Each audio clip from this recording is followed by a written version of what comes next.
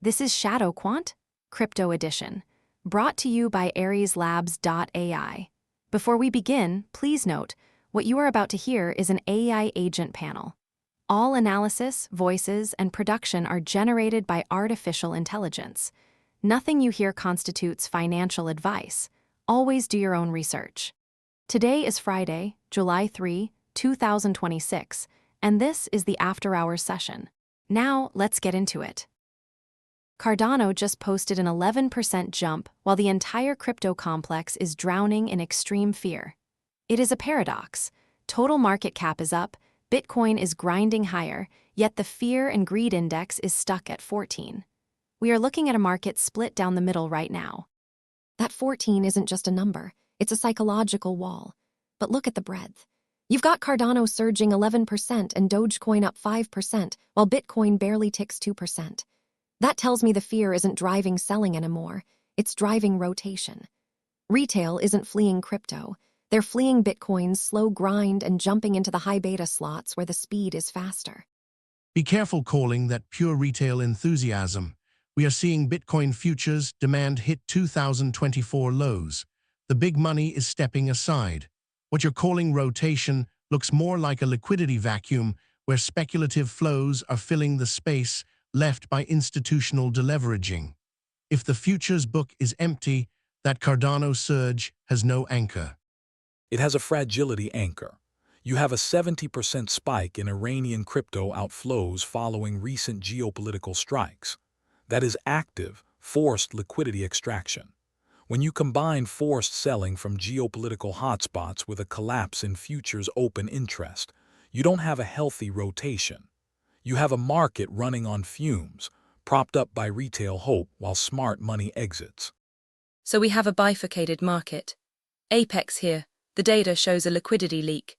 Institutional capital is retreating into cash or stablecoins, evidenced by the futures drop, while retail is chasing yield in assets like Cardano and XRP.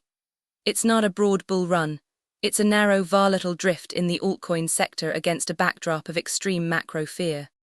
Let's ground this in the actual numbers.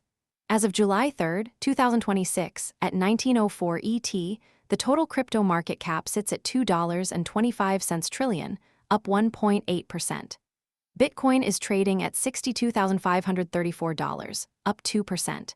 Ethereum is at $1,756.09, up 3.5%.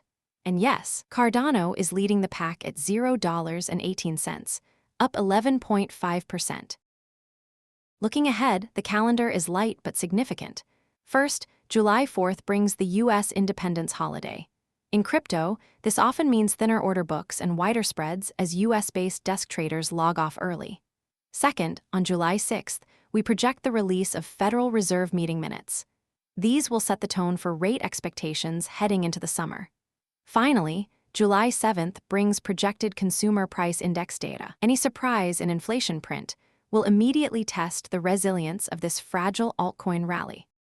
With the VIX sitting at 16.59, the broader equity market isn't screaming panic, but it's not celebrating either. The Fed minutes and CPI are the litmus tests. If rates stay higher for longer, that retail-driven Cardano pump loses its funding source. Watch the spread between equity volatility and crypto fear.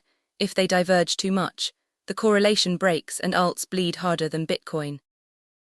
The core tension today is the disconnect between price action and sentiment. We have positive price action across the board, yet the fear and greed index remains at 14. Let's dig into the headlines driving this noise. Two stories dominate the flow side. First, TD Securities is highlighting NYSE tokenization as an institutional turning point. That narrative is currently supporting Avalanche and Chainlink, but we haven't seen the actual TVL surge yet. Second, PayPay, the 40% owner of Binance Japan, is seeking a $1.1 billion Nasdaq IPO. That is a direct catalyst for XRP, which is up 4.29% today. That's a regulatory tailwind, not just speculation. But look at the counterflow. Core Scientific stock dropped after disappointing Q4 results. Mining stocks are under pressure. When miners sell, hash rate security dips and sell pressure hits the spot market. Meanwhile, U.S. authorities are trying to recover $327,000 from a romance fraud scheme using USD. Regulatory enforcement is ticking up. You can't have massive IPO hype and fraud crackdowns simultaneously without creating regulatory overhang. And don't forget the Senate housing bill includes a CBDC ban. That's a huge sentiment driver for the long term, but in the short term, it's fueling uncertainty. Traders don't know if stablecoins are safe or if regulations are coming. That uncertainty keeps the fear and greed score pinned at 14, even as people buy Cardano. They're afraid of the macro, but greedy for the alpha. So, we have institutional narrative building via tokenization and IPOs, clashing with regulatory uncertainty and minor stress. Let's drill down into the specific assets moving the needle. Let's start with Bitcoin. It's holding $62,534, up 2%, but failing to break momentum. Grid, what are you seeing on the structure? Bitcoin is trapped. We have a tight accumulation box. Support is clearly established at $62,000 and resistance is staring us down at $63,500. The volume here is thin compared to the altcoin volume. Bitcoin is acting as a passive holding account while the risky money runs elsewhere. It's not breaking out, it's consolidating. Until we see a daily close above $63,500 with expanding volume, this is just a base building phase, not a breakout. And that base is being built on declining interest. Open interest in Bitcoin futures is at 2024 lows. There is no leverage in the system. Usually, a breakout needs leverage. Without it, when Bitcoin tries to push towards $63,500, it gets rejected because there's no buyer of last resort holding the line. The institutions aren't there to catch the float. Which makes that $62,000 support incredibly dangerous if it cracks. Because there's no leveraged long bias, a break below $62,000 wouldn't cause a slow grind down. It would cause a liquidation cascade. There are no stop losses sitting above the support because everyone who wanted to buy the dip already did, and then sold when the VIX hovered near 16. If we lose $62,000, the path to $60,000 is wide open. Correct, so Bitcoin is a hold and wait asset right now. It's providing stability but not growth. The growth is happening elsewhere. Speaking of elsewhere, let's talk about Cardano. It's up 11% to $0.18. This is the biggest mover. Grid, is this a valid breakout? Technically, yes, Cardano broke out of a multi-week consolidation range at $0.18. The immediate resistance is the psychological level at $0.20. Volume confirms the move. We saw heavy buying pressure at the open. However, the RSI is approaching overbought territory on the 4-hour chart. It needs to digest this gain. If it rejects $0.20, we'll see a sharp retrace back to $0.16. The sentiment behind this is pure fear of missing out. Look at the community buzz. People are tired of Bitcoin moving 1% while Cardano doubles. This is the alt season itch scratching itself. But remember, this surge coincides with the Senate CBDC ban news. Some of this is a digital gold narrative flip, people moving out of regulated fears into decentralized smart contracts. It's a narrative trade, not necessarily a fundamentals trade yet. Actually, I dispute the pure fear of missing out read. Look at the on-chain wallet clusters. We're seeing accumulation by known exchange wallets preparing for the upcoming tokenized assets summit. This isn't just random retail. There's positioning for the institutional narrative TD securities mentioned. The flow is smart money front-running the tokenization wave. That's why Cardano is outpacing Bitcoin. It's a bet on the infrastructure, not just the meme. I remain skeptical of the smart money designation here. You're connecting dots that might be noise. Even if some institutional wallets are loading up, the broader market context is extreme fear. Cardano is up 11% while the VIX is rising in equities. That is a dangerous divergence. If the broader market corrects, high beta alts like Cardano usually fall twice as hard. The risk/reward at $0.18 is poor. You're buying resistance, not support. So we have a debate. Is Cardano a smart money bet on tokenization, or a retail fear of missing out trap destined for a sharp correction? It's both. It's a smart money narrative playing out in a retail-driven vehicle. The tokenization thesis is real, but the execution is happening through retail volume. That makes it unstable. If the narrative fades, the volume disappears. Let's shift to XRP. It's up 4.29% to $1.13. CIPHER, you mentioned PayPay earlier. How is that impacting XRP?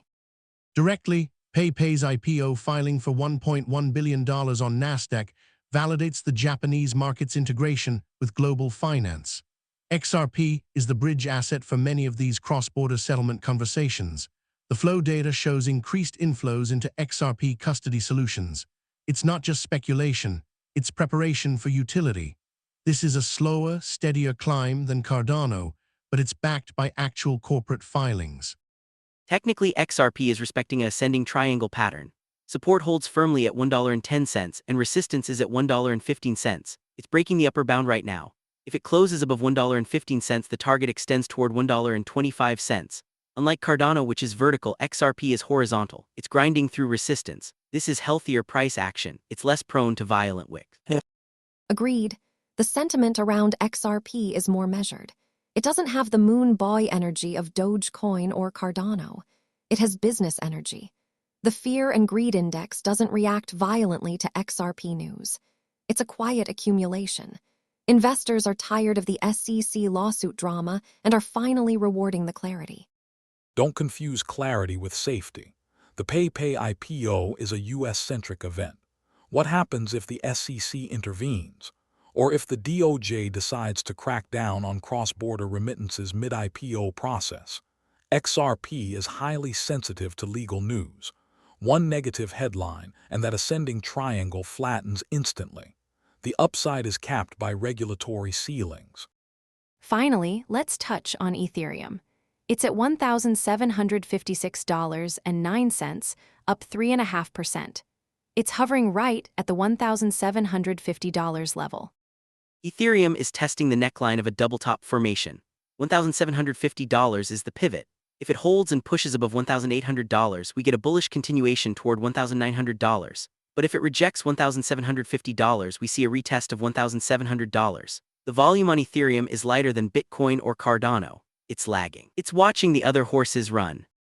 TVL in Ethereum decentralized finance is stabilizing. We're not seeing massive withdrawals, but we're not seeing massive new deposits either. It's in equilibrium. Capital is flowing out of Ethereum into L2s and alternative L1s like Solana and Cardano. Ethereum is becoming the settlement layer, not the activity layer. That's why it's underperforming the faster chains. Sentiment-wise, Ethereum holders are patient but frustrated. They believe in the long game, the merge upgrades, the fee burns, but they are bored. The excitement is in the memes and the new chains. Ethereum is the blue chip that pays dividends but doesn't explode. In a risk-on alt environment, blue chips tend to underperform small caps initially. And that patience is wearing thin. If Ethereum fails to break $1,800, the frustration could turn to capitulation. Holders might rotate into Solana or Avalanche for the quick gains. The underperformance becomes a dead money label quickly. Watch the Ethereum/Bitcoin pair. If that starts to roll over, it's a warning sign for the entire altcoin market. To summarize the asset landscape, Bitcoin is the anchor, holding $62,534 but lacking fuel. Cardano is the spark, burning bright at $0.18 but risking extinction if the narrative breaks. XRP is the steady builder, riding regulatory winds, and Ethereum is the sleeping giant, waiting for a catalyst. Here is the unified thesis. We are in a sector rotation phase driven by retail excess and institutional caution. Pulse identified the extreme fear, but CIPHER correctly noted that the flows are moving into tokenization narratives like XRP and Cardano. Grid confirms the technical validity of these breakouts, but warns of the thin liquidity beneath them. SPECTER rightly flags the geopolitical and regulatory risks that could snap this rubber band. My assessment, the market is not crashing, but it is not safe. It is a sniper's field. Entry points exist in the breakout confirmations of Cardano and XRP, but stop losses must be tight because the underlying support, Bitcoin futures demand, is weak. So the takeaway is, trade the breakout, respect the fragility. Don't chase the green candles if the volume isn't there. Watch the $62,000 level on Bitcoin, it's the gatekeeper. If that goes, the alts follow. If that holds, the rotation continues. That wraps up our after-hours analysis. We've looked at the paradox of extreme fear and altcoin pumps, dissected the flows behind Cardano and XRP, and assessed the technical structures holding Bitcoin and Ethereum. Tomorrow, watch the U.S. holiday liquidity effects and prepare for the Fed minutes on the 6th. This is ShadowQuant Crypto Edition. Stay sharp. This is AI-generated content for informational purposes only, not financial advice. That wraps up this edition of ShadowQuant Crypto Edition. Stay tuned for the Tokyo session where we will see how these calls play out. Until then, trade safe.